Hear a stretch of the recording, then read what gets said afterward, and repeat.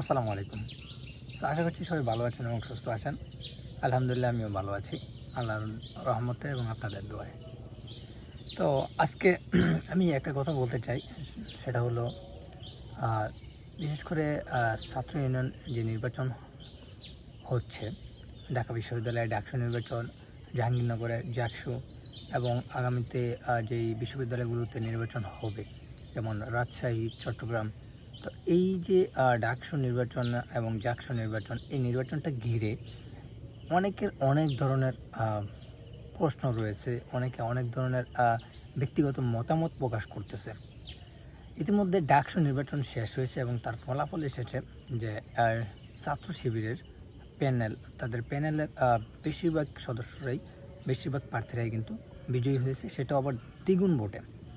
তো এই যে দ্বিগুণ ভোটে তারা জয়ী হয়েছে, এর পিছনের কারণটা কি? অনেকে অনেকভাবে ব্যাখ্যা করতেছেন। তো আসলে কারণ, তেমন কোনো বিশেষ কোনো কারণ নেই। বিশেষ কারণটা শুধু এটাই, আমি আমার মতে যেটা বলতে চাই, মানুষ তো বিগত বছরে সব দলকেই দেখেছে, সব দলের সব ছাত্র দলের সংগঠনকে তারা দেখেছে, পর্যবেক্ষণ করেছে এবং তাদের ইতিহাস সম্পর্কে তারা অবগত রয়েছে, তারা জানে। সেই প্রেক্ষিতে দেখা যাচ্ছে যে ইসলামী ছাত্র শিবিরকে তারা কখনো পায়নি সেরকমভাবে, এবং বিগত সময়গুলোতে তারা ইসলামী ছাত্র শিবিরের বিরুদ্ধে যেই ধরনের কথাবার্তা শুনেছে, গত 5ই আগস্টের পর থেকে তাদের কার্যক্রমে তারা কিন্তু সেই যেই অপবাদগুলো ছিল সেগুলো কিন্তু খুঁজে পায়নি, যেগুলো সম্পূর্ণভাবে মিথ্যারূপ, মানে তারা বুঝতে পেরেছে। সেই ক্ষেত্রে আমরা দেখতে পাই যে আসলে শিক্ষার্থীদের মাঝে তাদের এই 5ই আগস্টের পর থেকে যেই কাজগুলো তারা করে যাচ্ছে ছাত্রদের জন্য, বিশেষ করে শিক্ষার্থীদের জন্য, তারা কেন্দ্রভিত্তিক, বিশেষ করে প্রতিষ্ঠান ভিত্তিক, যেমন ঢাকা বিশ্ববিদ্যালয়, রাজশাহী বিশ্ববিদ্যালয়, বিভিন্ন বিশ্ববিদ্যালয়ে তারা যেভাবে কাজ করে যাচ্ছে, সেই একটা স্পিড শিক্ষার্থীদের মনে এসেছে যে আসলে আমাদের দেখা উচিত, আমাদের বোঝা উচিত যে আসলে ছাত্র শিবির যা তারা বলে তা তারা করে দেখাচ্ছে। এবং যদি তারা ছাত্রদের বা শিক্ষার্থীদের কেন্দ্রবিন্দু হতে পারে, বা শিক্ষার্থীরা যদি তাদেরকে সাপোর্ট করে, তাদেরকে নেতৃত্ব হিসাবে পেতে পায়, তাহলে তারা হয়তোবা এখন যা করছে তার চেয়ে দ্বিগুণ বা আরও বেশি তারা করতে পারবে। এবং তাদের ইশতেহারে তারা যা বলেছে তা তারা, ইসলামী ছাত্র শিবির বিশেষ করে তারা একটা এমন আদর্শ লালন করে যে তারা ইসলামিক আদর্শ, বিশেষ করে রাসূল সাল্লাল্লাহু আলাইহি ওয়াসাল্লামের জীবন আদর্শ, এবং তারা সবসময় সত্যের পথে, ন্যায়ের পথে থাকতে পছন্দ করে, কাজ করতে পছন্দ করে। তো সেই প্রেক্ষিতে তারা যা ইশতেহার করেছে তা তারা ইনশাল্লাহ, আমি মনে করি তারা তা পুঙ্খানুপুঙ্খভাবে তারা তা বাস্তবায়ন করবে, এবং সেটা শিক্ষার্থী মানুষজন দেখবে এবং শিক্ষার্থীরা দেখবে ইনশাল্লাহ, আশা করছি। তো সেই প্রেক্ষিতে দেখেন, এই ডাকসু নির্বাচনটা ঘিরে যেই পরিমাণে একটা নাটকীয়তা শুরু হয়েছিল, যারা নির্বাচনে আসতে চায় না তারা প্রথমেই বলবে তারা আসতে চায় না, ঠিক আছে? কিন্তু নির্বাচনের 50% ভোট কাস্ট হওয়ার পর এবং বেলা 2টার পর বা 2:30টার পর যখন ভোট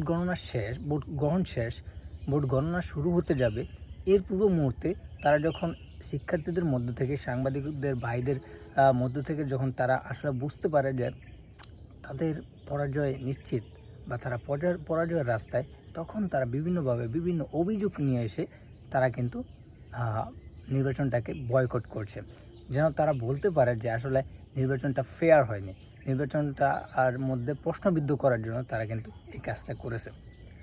যেহেতু ডাকসু নির্বাচনে এরকম ঘটনা ঘটেছে, ঠিক সেমভাবে বর্তমানে জাকসু নির্বাচন এখনও পর্যন্ত যেটার ফলাফল প্রকাশিত হয়নি, এবং আমরা এটাও দেখেছি যে ডাকসুতে যেরকম অভিনয় বা নাটকীয়তা হয়েছে, ঠিক সেমভাবে সেম রাস্তায় কিন্তু জাকসুতেও সেই রাস্তাটাই তারা গ্রহণ করেছে।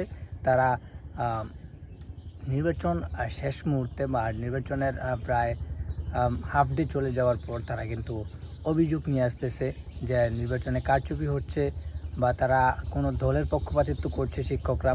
তো এই ধরনের অভিযোগ নিয়ে এসে, যেগুলো ভ্রান্ত এবং যেগুলো ভুল, যেগুলো শিক্ষার্থীরা আসলে তাদের এই ধরনের অভিযোগকে তারা নাকচ করেছে, তারা শিক্ষার্থীরাই কিন্তু এই ধরনের অভিযোগকে মিথ্যা বলে প্রমাণিত করেছে এবং তারা এখনও বলতেছেও। কিন্তু তারপরও দেখা যাচ্ছে কয়েকটা প্যানেল বা দলের লোকেরা তারা কিন্তু বিভিন্নভাবে নির্বাচনকে প্রশ্নবিদ্ধ করার জন্য তারা যখন বুঝতে পারছে যে তারা আসলে পরাজয়ের মুখে বা পরাজয়ের রাস্তায় রয়েছে, তখন তারা নির্বাচনটাকে বানচাল বা নির্বাচন থেকে তারা আসলে নির্বাচনটাকে বয়কট করার মতো সিদ্ধান্ত নিয়েছে। এবং অলরেডি আমরা দেখেছি জাকসু নির্বাচনের প্রায় 3 থেকে 4টা প্যানেল অলরেডি তারা নির্বাচন বর্জন করেছে বলে সাংবাদিকদের ভাইদের সামনে কিন্তু তারা মানে কথা বলেছেন। তাদের এই নির্বাচন বয়কট যখন তারা আসলে পরাজয়ের রাস্তায়, তখন তারা এসে নির্বাচন বয়কট করতেছে। এটা আসলে আমার মতে এটা আসলে ফেয়ার নয়।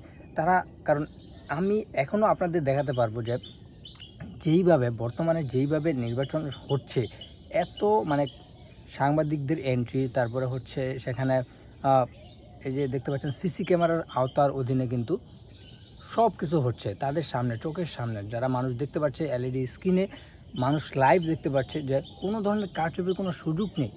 যেখানে বিশ্ববিদ্যালয়ের ভিসি বা তাদের যে ভাইস চ্যান্সেলর রয়েছে তারা কিন্তু প্রকাশ্যে এসে বলতেছে যে এখানে ভোট কারচুপির কোনো সুযোগ নেই। তারপরও কেন আসলে ছাত্রদল বা অন্যান্য বাম সংগঠনগুলো তারা আসলে বোঝাতে চাচ্ছে যে আসলে শিবির তারা আসলে কারচুপি করছে ভোট গ্রহণে বা ভোট পাওয়ার জন্য তারা আসলে অসৎ উপায় অর্জন করছে।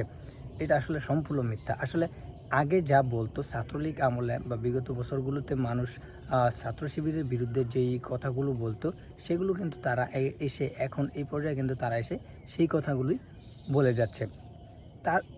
এর মাধ্যমে আসলে কি হচ্ছে? এর মাধ্যমে আসলে শিক্ষার্থীদের মধ্যে কিন্তু তাদের এই মানে যে ছাত্রদল বা অন্যান্য সংগঠন রয়েছে যারা শিবিরের বিরুদ্ধে বলতেছে, এত ফেয়ার বা এত সুন্দর একটা নির্বাচন অনুষ্ঠিত হচ্ছে, তারই মধ্যে তারা এমনভাবে মিথ্যা অভিযোগ নিয়ে আসতেছে। এর মাধ্যমে আসলে শিক্ষার্থীরা কী বুঝতে পারতেছে?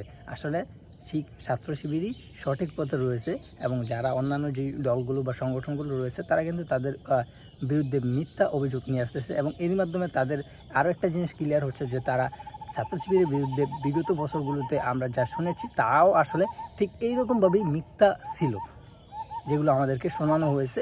ছাত্র শিবিরের বিরুদ্ধে মানে তাদের বিরুদ্ধে একটা ভয় তৈরি করা হয়েছে যেন মানুষ তাদেরকে সাপোর্ট না করে। কিন্তু এখন এসে তারা আসলে বুঝতে পারতেছে যে আসলে ছাত্র শিবিরের বিরুদ্ধে কেন মানুষ আসলে এরকম প্রপাগান্ডা ছড়িয়েছে। আসলে তাদেরকে কখনোই মানুষের সামনে নিয়ে আসতে চায়নি, যে তারা যদি আসে তাহলে তারা তাদের আদর্শিক যেই ন্যায় বা সততা যেই কাজগুলো তারা করে সেগুলো কিন্তু মানুষ যদি যখন জানতে পারবে, তখন কিন্তু মানুষ আসলে তাদের প্রতি তাদের আন্তরিকতা ভালোবাসা সৃষ্টি হবে, সবাই শিবিরের পক্ষে থাকবে। সো সেই প্রেক্ষিতে দেখা যাচ্ছে যে তারা বিগত বছরগুলোতে, বিগত যে সময়গুলোতে ছাত্রলীগ বলেন বা অন্যান্য সংগঠন বলেন, তারা কিন্তু এই ভয়টা ছিল বলেই তারা আসলে শিবিরের বিরুদ্ধে প্রপাগান্ডা ছড়িয়েছে এবং তাদেরকে কখনোই সামনে নিয়ে আসার মানে তাদের ভালো দিকগুলো সামনে নিয়ে আসতে চায়নি। ঠিক সেমভাবে কিন্তু এখন দেখা যাচ্ছে যে তারা কিন্তু প্রতিটা বিশ্ববিদ্যালয়ে, আমি যতটুকু আমার ধারণা, তারা ঠিক সেমভাবে ডাকসুর মতোই জাকসু এবং চট্টগ্রাম বা রাজশাহী বিশ্ববিদ্যালয়ে ঠিক সেম পদ্ধতি আপনারা দেখবেন যে আসলে তারা ভোটে অংশগ্রহণ করবে, কিন্তু সর্বশেষ মুহূর্তে গিয়ে তারা আসলে একটা নাটকীয়তা তৈরি করবে যে তারা আসলে ভোট গ্রহণে কারচুপি হচ্ছে বা ভোট গ্রহণের মানে নির্বাচনের মধ্যে একটা প্রশ্নবিদ্ধ করার জন্য তারা বিভিন্ন ধরনের অভিযোগ নিয়ে আসবে, যেগুলো মিথ্যা, বানোয়াট এবং প্রোপাগান্ডা ছড়াবে এবং এর মাধ্যমে তারা আসলে নির্বাচনটাকে বয়কট করবে বা বর্জন করবে। কিন্তু ইনশাল্লাহ আশা করছি এইরকম ফেয়ার নির্বাচন যদি হয়, তাহলে শুধু এই বছর না, আগামীতে জাতীয় নির্বাচন বলেন এবং আগামীতে আর অন্যান্য যে নির্বাচন বলেন, সবগুলো নির্বাচনে যদি এরকম ফেয়ার হয়, তাহলে আসলে ইসলামী ছাত্র শিবির বা জামায়াত শিবির সবসময় এগিয়ে থাকবে ইনশাল্লাহ। সো আপনাদের কি মনে হয়? আপনারা কমেন্ট করে জানাবেন। ইসলামী ছাত্র শিবিরের বা জামায়াত শিবিরের আপনাদের মতামত কি তাদের বিরুদ্ধে, অবশ্যই নিচে কমেন্ট করে জানিয়ে দেবেন। সবাই ভালো থাকবেন। আসসালামু আলাইকুম।